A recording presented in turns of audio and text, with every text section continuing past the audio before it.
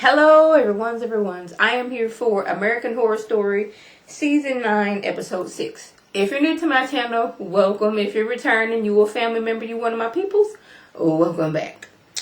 You guys, I just need to get some things off my chest right quick. I was nervous going into this episode because American Horror Story has a tendency to just trash the whole second part of the season. Like, first season, yes, giving me everything each and every episode. And then the second part is just like, really? This is what we doing? All the stuff we could have done, you done this. It's like they have all these ideas on a vision board and somebody takes one of them darts and just throws it in. Wherever the dart lands, this is what we're going to do. That's what I've been feeling these last few seasons of American Horror Story. So I was like, I don't know how this is gonna go, but this is the 100th episode and they came through tonight.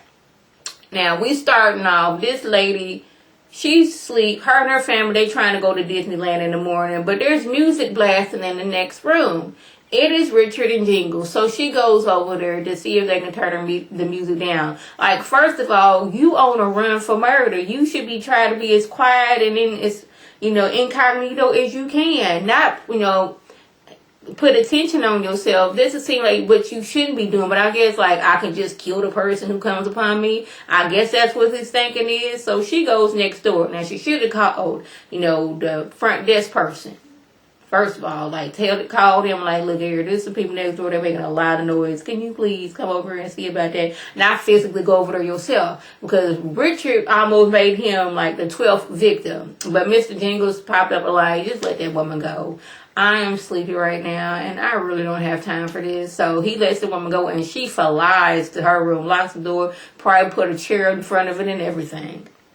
But Jingles, he's like, I've been your sidekick for the past year. You done killed 11 people. And I can see these people's faces in my head. And I'm tired of living like an animal. I'm tired of all the killings. I just don't have time for this no more. I just don't.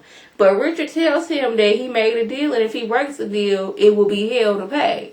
But Jingles is in the mind frame of, I thought this is what I want to do, but it's not what I wanted to do. Like he said before, like, the only time that he's actually killed willingly before that night was when he was in, I think was he in Vietnam? And after being, accused of killing all these people and all this electric shock therapy and people telling him that he can kill, he didn't got in his mind he was killing. Like, Ray would still be alive. Some other folks would still be, a dude at the gas station would still be alive. If Margaret and her raggedy tail went out here lying on folks. Well, we're going to get to Margaret in a minute. But Jingles, he sees Richard's face on the cover of a newspaper and hands it to some local people. I'm assuming they was in Mexico. They made him not be in, but he's like, this is my chance to get away. So he goes to y'all remember back in the day when they had a little paper stand when you put your quarter in there and you get your newspaper out. But I was always thinking, what if somebody took more than one newspaper? Because you just put your quarter in and pull the thing down, you can grab a whole bunch of newspaper. But that's not even what we're here to talk about. He hands the newspaper to some local people, and when Richard comes out of the gas station, they looking like him, like, you a murderer. So they chase him down. They got pipes. They beating him. He almost carjacked some woman, but the group of angry mob rolled up on him and got to beating him. And Jingles just rolls by slowly, mind you, sees him. They connect eyes, and Richard's like, this is what we're doing. This is what we're doing. You just gonna let them sit here and beat me as you roll off slowly? I was like, yes. He told you that he was tired of all the killing. He didn't want to do it no more. So we there's a lot of fast forwarding in this episode. It's 1989. We have some dude out here taking pictures of ducks at the camp. Now, I don't know why people are continuing to go to this camp, seeing as the history that the camp has. 1970s, a lot of people got killed. 1980s, more people got killed at this camp. I'm telling you, in my hometown, this lady got killed in a park that I used to frequent a lot. And it took me years to go to that park. And it was just one lady that got killed in that park. And that was enough to say, I don't want to go here anymore. And it took me like 6, 7, maybe 8 years before I actually went to that park again. But people just out here going to this lake. He wanted to take pictures of the ducks. And he rolls up on Montana, sunbathing on the deck. Now, this is where I'm going to pause, because your girl got some questions. Y'all know, if y'all been with me for a while, that I tend to forget things because I'm taking my notes. And how is it that all these people died in 1974 and their bodies weren't able to leave the campgrounds because they're in purgatory? So how was they able to be like, okay, you killed these people, but their bodies was never able to leave the camp? Is this something that the locals know what's going on, that they're not telling anybody? Because I know we in the late 80s and news isn't what it used to be, but I would think that there would be several news crews out here, reporting that another murder has happened at this camp. And another thing, how is it that they was able to convict Brooke on killing everybody, and they didn't say, hey, Margaret, how is it that she killed everybody successfully, but only thing you have is a cut in the leg? How did this happen? Nobody checked for fingerprints on the knife. Now, granted, there was some witnesses to her killing Montana, so she can't get around that. But as far as everybody else, so none of the police force was thinking, that's strange that she was able to kill each and every one of these people. Some that are a lot stronger than her. But Margaret just walked away with a cut in the leg. This is the second time that you have escaped everybody around you being killed. That seems strange. Nobody was thinking this. But anyways, Montana flirts with the little, he was taking pictures, walks up on him and just stabs him. And I was like, you would think you wouldn't want the people that you've killed to be there with you for all eternity, harassing you and killing you over and over again. Because the counselor dude, he got killed like several times. Like, do you really want to be coming back after being killed several times by this person that you've killed? Like, do you really want all these angry people there with you for all eternity? I don't know. So Margaret, she is on the Lifestyles of the Rich and Famous. Y'all remember that show back in the day? She has gone on to buy several properties who have a dark history. She's bought John Wayne Gacy's house, Briarcliff Manor, Winchester Mystery House. I was like, what is the Winchester? Is that the first season, that house? Is that it? But I don't know. She's like, I know people look at Spine Branch and say, that's a bad place. But today, children frolic and eat funnel cakes on the same grounds Manson planned those murders. I was like, that's supposed to be make things better. Like, this has had a horrible past. Horrible things going on here. But kids is happy now because they eating funnel cakes. They get happy anywhere eating funnel cakes. But I just couldn't. She's like, I can't change what happened there. But you know what? Now there's a Ferris wheel. I'm like, a Ferris wheel and funnel cakes is not going to change what happened there. The little lifestyle of Rich and Famous was going on and on, how she enjoys all, the riches of life with her husband, Trevor. And I was like, hold up. She killed Trevor. How is Trevor here with her on the Lifestyles and the Rich and Famous? Can somebody please explain that to me? So we flash back to 1985, and Trevor is in the hospital, and Brooke goes to see him, and she's looking like, what you want to see me for? Because I know and you know that I killed you. And he was like, I was surprised, Brooke would do such a thing. It's just unimaginable. I was like, and she goes on to say the jury made sure that she was never going to get out. Like, I made sure of this. I done crossed all my T's and dotted all my I's, and you were the only person that knows my secret. And he says, it's amazing to survive 2 massacres unscathed, unless you're the one holding the knife. And she's like, all right, the police finna come in. Is this what's gonna happen? He was like, no. He's like, I thought about, helping Brooke out and all, but I remembered that, you have a lot of lawyers and it's just my word against yours. And what I'm looking for is a sugar mama. Yeah.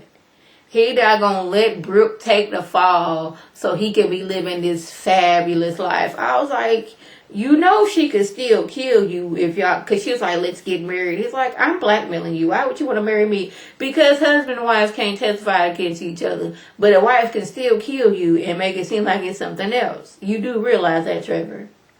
I'm just saying, just because she marries you and you say you ain't gonna tell your secret, don't mean that she can't try to kill you again. Y'all, people been complimenting me on my hair. It's just some flat twists. I may do a tutorial. Not a tutorial, but yeah, it is a tutorial on how I do my flat, not my flat twists, my mini twists. So back at the camp, Ray is fed up with Montana Xavier killing everyone that comes to this camp. Again, why are people still coming to the camp? Like, how is it that nobody's thinking, these people died at this camp, and when we try to take their body away, the body's not in the ambulance once we get back. So I would think, well, I guess, no, like with Ray, you would thought that since, he didn't have a good pulse, that somebody would have been in the back of the ambulance with him to make sure that he was okay. And notice that when they crossed the threshold of the camp, that Ray was no longer sitting there. But, I'm thinking it's some kind of local thing that the people know what's going on. Like, we need people go there to get murdered because we did some things in the past. So I'm probably reaching all the way through, but you know how American Horror Story is. I'm just like, how is it that, the original campers' bodies were never taken and they're still there? How is it all this killing's done and we can't get no bodies up out of here and nobody's questioning these things? So, like I said, Ray is fed up with Montana and Xavier killing any and everybody that comes to the park, and he sees in a newspaper that Brooke is going to be executed, and we all know Brooke didn't do this, but Montana's like, she killed me. I'm like, you was trying to have her killed. It was kill or be killed, but all that other stuff. Trevor, he was almost killed. Chet, being almost killed, being killed. Ray being killed, like all these, but with Birdie being killed, the original cast was being killed. We know it wasn't Jingles and it wasn't Brooke. Like, you, Montana, yeah, that was your fault.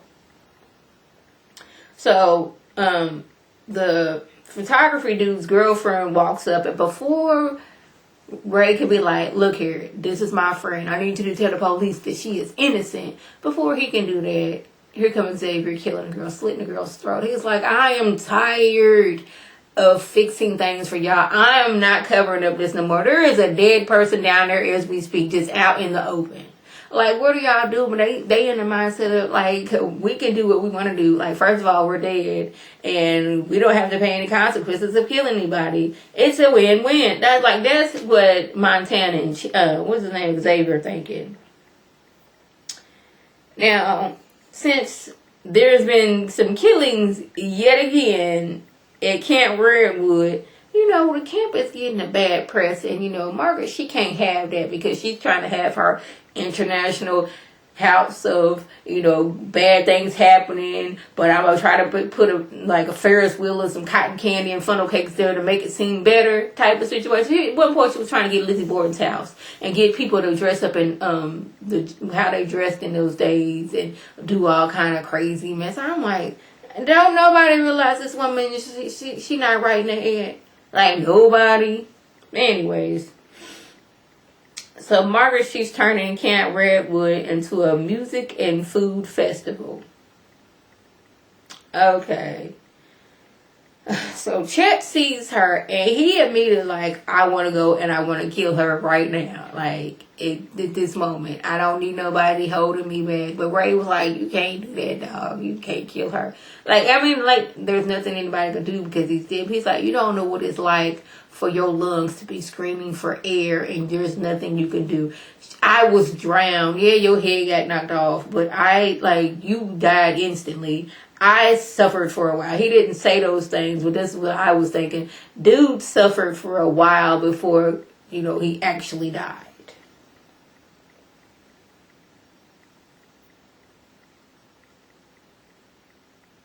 Okay, where I was trying to figure out where I was at. So Brooke, she done got her. She no longer has any appeal, so she's going to death row. I mean, she's on death row. She's gonna be executed. I was like, that was fast, because sometimes people be staying on death row 20 and 30 years. But anyways, she's going in there to get executed. Richard is trying to tell her to, come to the dark side, but she's like, nah, bro, I'm cool. It flips in a bird. And she's about to be executed. It's like, you want to say anything else? And she was like, Margaret, I know you there, and I'm innocent, and you gonna burn for what you did. So while this was going on, Richard was having him a little moment with Satan and doing that little Satan sign in his blood. And some shadowy figure comes up and takes over the guard while he's on the toilet. Now his boss had already told him stay away from that prison food, but he ain't want to listen. Now his stomach is all tore up and he's getting taken over by, I guess, the devil all at the same time. I was like, ugh, that's messed up. But Margaret and Sheriff, where are we at? Okay.